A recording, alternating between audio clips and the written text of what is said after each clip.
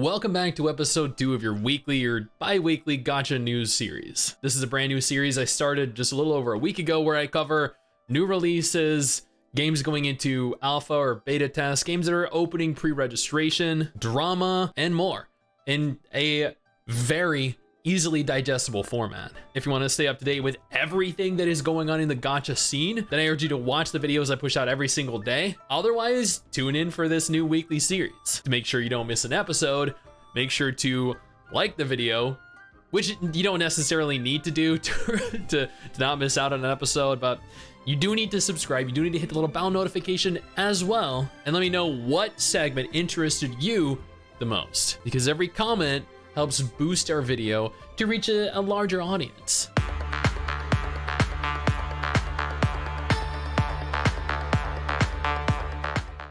Let's start off with Astra Knights of Veda. This game was recently previewed at Gamescom 2023. You can wishlist this on Steam if you're interested. I don't see any mention of this being available on Android and iOS right now, but this is supposedly a Gacha game, ? Alice Fiction, which is admittedly a game I probably only invested maybe like 5 or 6 hours into, is going into maintenance mode, which means that they're no longer really going to be developing the game, pushing out updates for the game, and the game is all but dead, except you can still spend money in it, and then they therefore have a continuous stream of revenue with no effort put into the game whatsoever. Alice announced that the global version is shutting down on November 15th. The Japanese version, I believe, is not shutting down. The global version was only making, I think, less than $50,000 a month, whereas the Japanese version is still making roughly 400,000 to $500,000, so it makes sense why the Japanese version of the game is going to remain online, but the global version isn't. The Alice, I know there were some people that commented in the video I did covering this that the game was egregiously pay to win and very free to play unfriendly, but at the end of the day, I still had fun when I played it during the first couple weeks of launch. I think it was still a very beautiful game. Kyonyu Fantasy Burst pre-registration is open, and Kyonyu Fantasy, isn't that a cultured? So that's interesting. There's maybe, you know what? maybe. So I clicked Google Images and yeah, it is about what you'd expect. Pre-registration is open, but just be very careful because this is not a game you want to Google in public. There is a recent article that I was linked to over on Reddit recently titled Hoyover says Gacha doesn't make much of a difference in Zenless Zone Zero, and people were supposedly on two different sides here. They were upset, they were totally for it and in support of this decision. I went through this in a dedicated video and it was just a bunch of fluff. This website, Pocket Tactics, they sat down with the person in charge of Zenless Zone Zero, and Zenless Zone Zero's lead developer said, in essence, we're making a game that is like every other game. So I honestly, I don't get what the drama was surrounding Zenless Zone, this article, the discussion of this online. I don't know why some people were lashing out. I mean, you just read through some of the comments. It's not all positive. It is fairly positive. Like, I'm not saying that there's a lot of drama surrounding this. I'm just saying that there is some drama before anyone takes this out of context. If you want to know more, I urge you to go ahead and watch the dedicated video I did on it because I go into this a lot deeper. Is it wrong to pick up girls in a dungeon, also known as Danmachi? Familia Myth Battle Chronicle is coming to the PS5, PS4 in 2024. That is all right. I mean, is this the new Gacha game that just came out recently? I have no idea. If this is a game though, it actually looks like horseshit. Oh, that looks terrible. But I mean, console players are gonna get their hands on it and be capable of playing it in 2024, next year.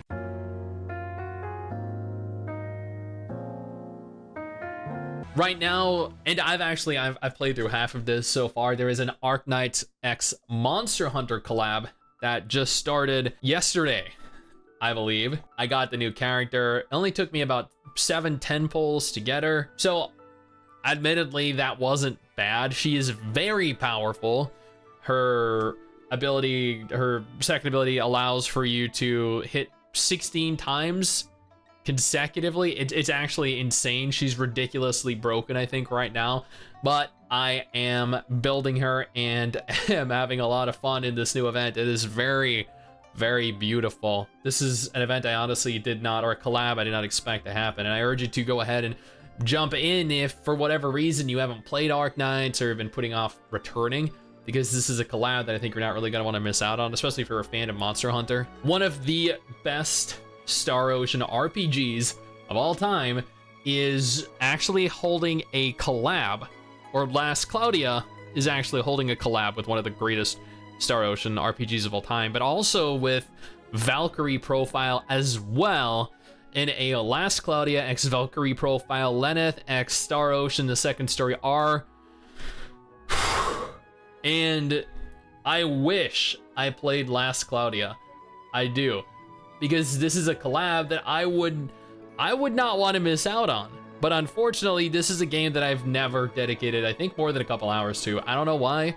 I probably will, but by the time I get into it, the collab's gonna be over. Jujutsu Kaisen Phantom Parade has opened pre-registration. This is a game that is going to be releasing on Android and iOS at some point in 2023. No confirmed release date at present, but it does look like it is developed by Sumzap. I've never heard of Sumzap before. They did Konosuba Fantastic Days. I mean, okay, wait, million downloads, rated 4.5 stars. Okay, so it doesn't look like they're doing a horrible job so far, so that could be promising. Dot Heroes and The Legend of Heroes Trails in the Sky are holding a Japanese collab slated for fall 2023. I've actually never played Dot Heroes. I don't know what it is, but I mean, holding an event with such a popular JRPG is quite the accomplishment. Final Fantasy VII Ever Crisis is now live, or has been live for the last 2 days now. I know opinions of the game are mixed. There are some people that are saying this is really good.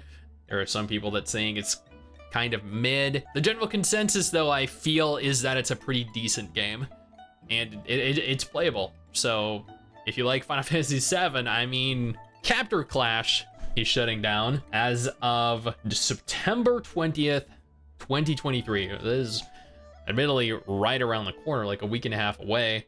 I've never played Captor Clash, and evidently I will never play Captor Clash. It feels like some kind of card game. Admittedly, they have some kind of hot waifus. Oh my god, they do. But, oh my god, but I guess it just, you know, hot waifus aren't always enough to save a game. Last Origin Global might be releasing by the end of this year. Last Origin is actually another game that I've never played. Now, I'm not gonna maximize any of these images because I looked at 3 and they all showed like too much. So we're just gonna, you know, it's okay at this distance, but if you want to see more, you go ahead and Google Last Origin. Before we talk about any more news, any additional releases, beta tests, I want to take a moment here to thank our incredible patrons over on Patreon who allow for me to continue to think up new series ideas like this and push out regular videos every single day. You guys are insane. Speaking of Arknights, I know we kind of just talked about that a minute ago, but then a day after releasing their Monster Hunter collab, they gave out a free 10 poll, which I made extensive use of, rather, as they ranked #1 on the Japanese App Store, which is never easy to accomplish, especially with all the waifu games that Japan is obsessed with. NeuroCloud China will be having their 2nd anniversary soon. That's exciting. NeuroCloud is admittedly not doing very good globally, only making a couple $100,000 a month, maybe less than a couple $100,000, I'm not sure. If you're interested in how much NeuroCloud is making in a lot of other games, actually, I do a regular video series on this channel titled The 20 Most Popular Games of X Month 2020X, where I cover the 20 highest grossing, and then like typically the next like 5 or 10 I cover very briefly. And you might be surprised because there's a new #1 gacha game for mobile as of the last month. Shameless plug. Ether Gazer just added a 120 FPS mode. It's about time. Nikke gave out a free 10 poll after they reached #1 on the bestseller list on the App Store. This is not specific to Japan. This is actually specific to global. The reason it reached the #1 bestseller list on the App Store is because they are holding a Nier Automata collab event. 2B I obtained after spending $200 on. A2 just came out yesterday. I'm gonna be streaming tomorrow if you want to go ahead and, or actually today, as of the video going live, 3 p.m. Eastern Standard Time. So a few hours from now, if you want to see if I successfully managed to obtain A2 or not. I'm also gonna be streaming some Tower Fantasy 3.2 if you're at all interested in that. Girls Frontline 2's open beta test is going live on the 28th of September 2023. I am absolutely freaking ecstatic for this because this is going to be huge. This is one of my most anticipated gacha games of 2024 because this is supposedly releasing in 2023 in China and 2024 globally. Tactone and I actually spoke about that in a collab we did recently. If you want to go ahead and look at that video. Fate Grand Order earns a whopping $7 billion in global revenue. According to Sensor Tower, the cumulative global revenue of Fate Grand Order reached $7 billion in August 2023. Cumulative total, not, August's earnings. And global, that is also including, I believe, China and Japan and everywhere else around the world. $7 billion. Not many games can claim they have made $7 billion.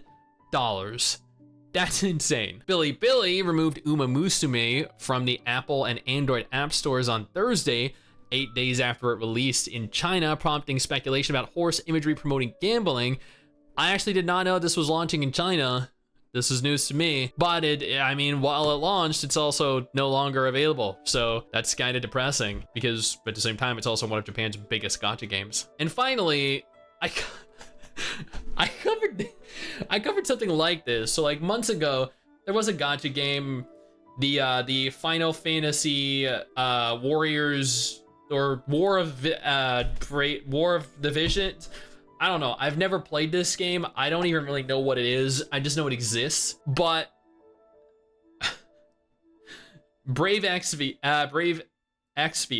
I think FFBE, is holding a collab with her, this girl. She's like a TikToker, I think.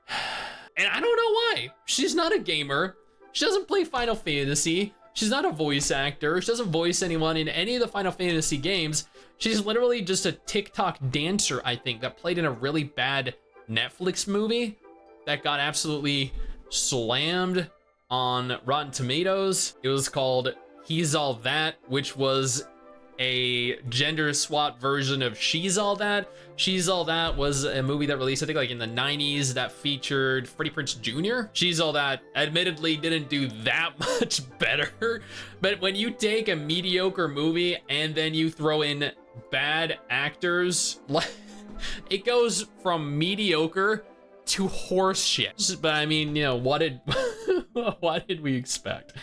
Right, and that is all of the news, all of the drama, all of the releases that you should be aware of going into September 2023.